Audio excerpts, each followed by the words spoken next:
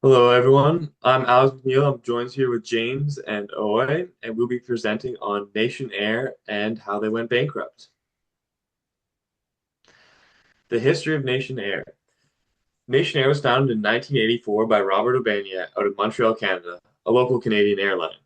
His goal was to send Canada and Montreal on vacation by targeting seasonal demand with a hybrid model airline.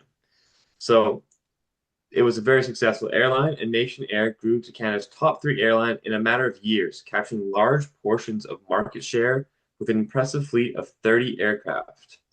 Overall, the airline was super successful for the time that they ran, but encountered some problems that we'll talk about next.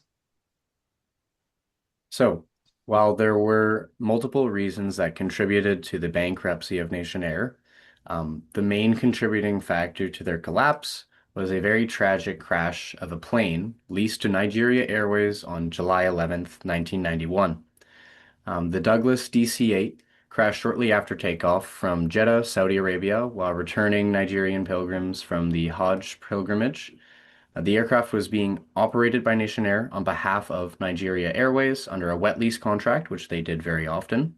Um, the One of the tires was underinflated, and it actually caught fire during the takeoff rollout. And then when the gear retracted back into the body of the aircraft, the tire was still burning, and it led for the entire aircraft to become on fire. Um, this killed all 247 passengers and the 14 crew members on board, and it severely affected Nationair's reputation. The impact of this crash was more than just significant. It was really the end of Nationair. It led Nationair to receive a very negative reputation for lacking proper maintenance, which hurt sales and caused serious financial damage. Um, but because Nationair was mostly doing contracts and wet leases with other airlines, it wasn't the passengers that were scared of getting on Nationair's planes. It was the other airlines that were scared of using their aircraft, right?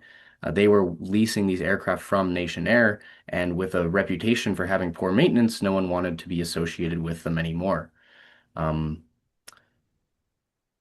the airlines associated with their planes became hesitant to continue using them, and so it eventually forced them to become bankrupt. Some of the other issues that they had were labor problems. Nation Air had union negotiations lasting over 15 months, and this was following the crash. Nation Air locked out all unionized flight attendants for over a year, bringing in strike breakers, which is a highly controversial practice, and it further added to their already negative public image, especially because it happened within the following year of the crash. Um, this labor disruption caused reduced service reliability, and it increased the company's operational costs at the time. Um, but it also reduced the morale and harmed customer service, and so it severely affected their negative public image already. In terms of their fleet and operational issues, uh, Nationair had a aging fleet with DC-8s, while they did also have some 747s and 757s. Um, a large portion of their fleet was the Douglas DC-8, which was already a 20 to 30-year-old plane at the time of the crash. Um, it resulted in more frequent and intensive maintenance programs. It increased aircraft costs and downtime between stops. And these older aircraft sometimes required specialized parts, which could have been expensive to source, while Nationair left a very tight margin for their maintenance, and this led them to reportedly have cut corners as well. The financial collapse and mismanagement became clear as Nationair owed millions to the point where creditors began seizing their fleet and their aircraft. Now we'll move on to a few of the solutions that we've come up with. Yeah, for our solutions, we have three recommendations, and the first one would be Nationair needed stronger maintenance control and better safety oversight. So the 1991 crash showed clear problems in maintenance as well as operations, and it is clear that safety shouldn't be pushed aside to keep flights on schedule. So if Nationair had stronger internal checks and better clear authority to delay or ground aircraft, the accident may have been prevented.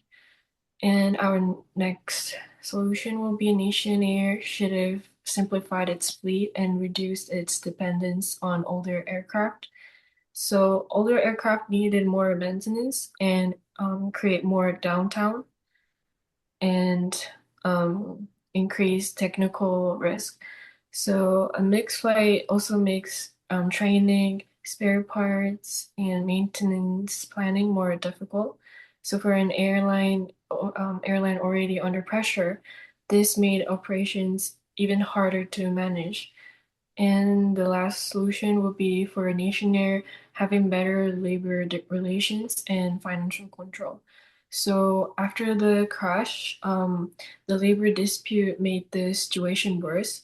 It hurt morale and damaged the company's image and added more instability. So at the same time, the airline was already in serious financial trouble. So for the conclusion, um, the next slide, please.